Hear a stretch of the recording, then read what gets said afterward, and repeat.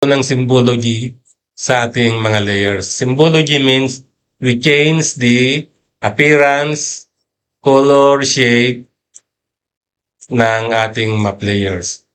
So, meron tayong 4 na klase ng layers: point, line, polygon, and raster layers.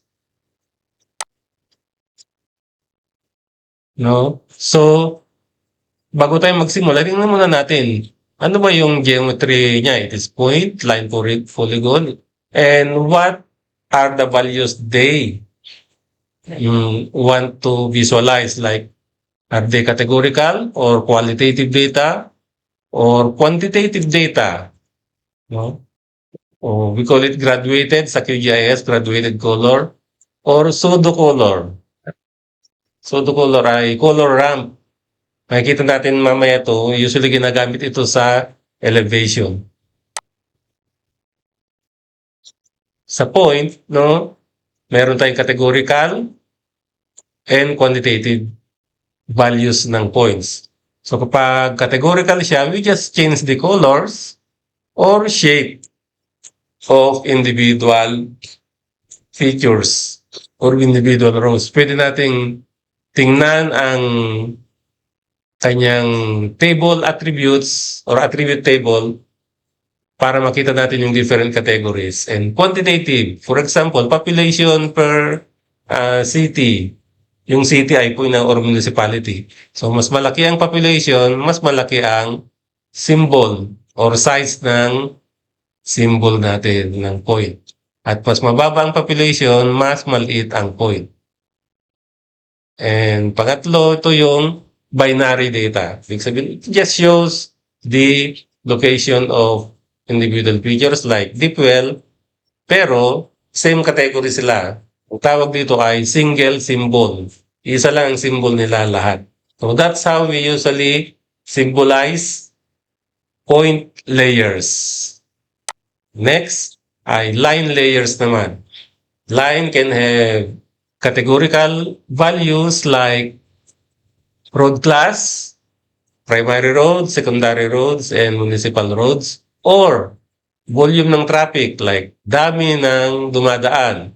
So mas mataba ay mas malaki ang volume ng traffic at mas payat ay mas paunti ang volume ng traffic. So that's how we symbolize lines in QGIS, whether it's categorical or quantitative ang data na i-portray natin.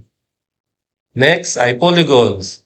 So sa qualitative polygon, we can use any color at will, no? Maski anong gusto nating kulay. Pag qualitative yung data, pero pag quantitative, merong graduated colors. Halimbawa, percent forest cover, makita natin na itong dark green ay mas makapal, mas mataas ang percent cover, and habang nagiging lighter green ay mas lighter ang percent forest cover dyan. So, nakita natin kanina, point, lines, and polygons. Ngayon naman ay sa raster. Sa raster, pwede pa rin nating magkaroon ng qualitative or continuous data. Sa continuous or quantitative data, halimbawa ay digital elevation model. So, we can use here a pseudo color so that blue ay lower elevation, yellowish ay mid elevation, and red ay high elevation. So that's how we portray, we say symbolize o lagyan ng symbology ang quantitative raster layer. How about this one? Ito island cover daw. So pwedeng categorical yung data niya. So hindi kailangan na graduated. Their colors can interchange as long as consistent sa legend. Ito ay land cover 1, land cover 2, and so on. So, this is qualitative data, land cover, and quantitative data na raster ay, in this case, we use single band pseudocolor. Ngayon, punta tayo sa QGIS, tingnan natin on how we do this. So, ito muna.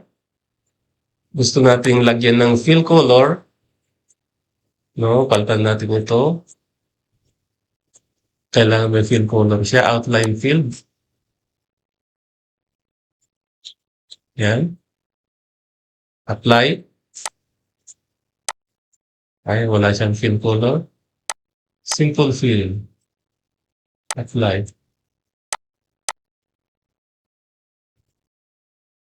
So, yan lang muna.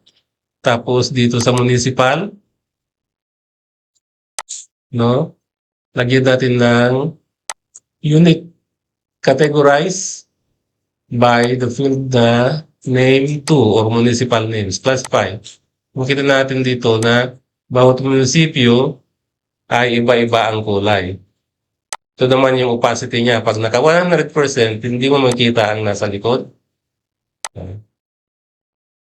Yan. Pero kapag double click natin ito, gawin natin 50% ng opacity niya, makikita natin, magiging lighter ang kulay niya at makikita natin nasa likod.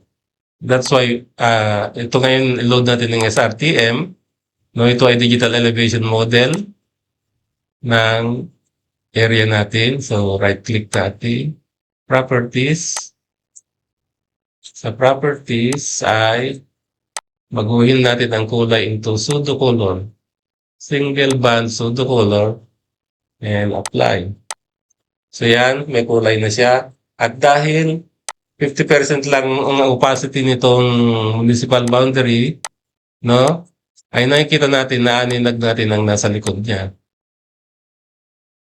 Gusto kong baguhin pa rin ito. Imbes na pseudo color ang gamitin natin ay fill shade.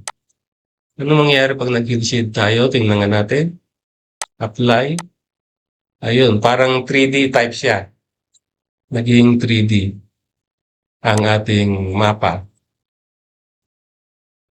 Tanggalin muna natin. Ngayon naman ay yung niload natin na hospitals. Baguhin natin ang symbology ng hospitals. Anong lalagay natin? Symbol. Pwedeng yan. Tapos, lakihan natin ng size. Cross siya. Lakihan natin. Apply natin para makita natin ang effect niya sa likod. Ayun. Medyo malaki na. At baguhin natin ng kulay. Gawin natin red. Apply. Itong hairline. Okay, so pwede na muna yan. No, so yan ang symbology natin ng hospitals. Roads naman. Gawin lang natin na black siya. Black.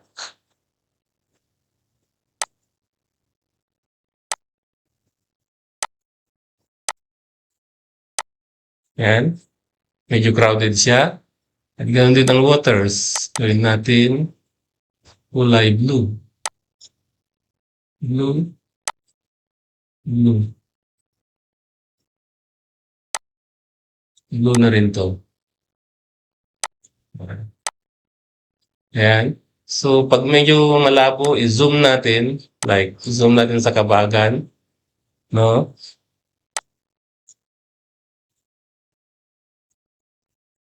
So, makikita natin ang road. Ano pa? About halls. Yung hall, kasi wala lang makita ng hospital sa kabagan. Itong municipal halls. No? Double click natin. Palitan natin ng simple marker. No? O marker. Anong mga possible symbols? Ito. Lagyan natin ng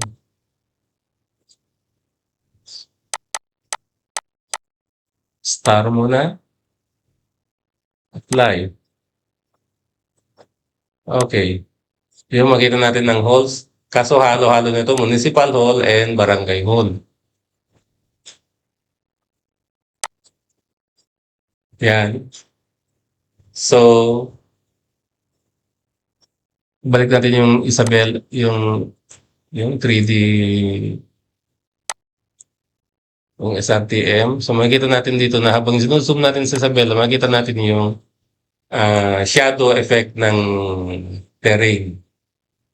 Dito tayo sa lugar na yun. So ganyan lang gusto kong gawin nyo sa inyong exercise, no? I-screen capture nyo lang itong layer na to, itong part ng window na ito. No? Screen capture. Yan. Then send nyo sa akin yan. Or pwede rin screen capture ng buong QGIS para makita ko yung layers. No? Na nakaload, and then project save as nyo. Save project as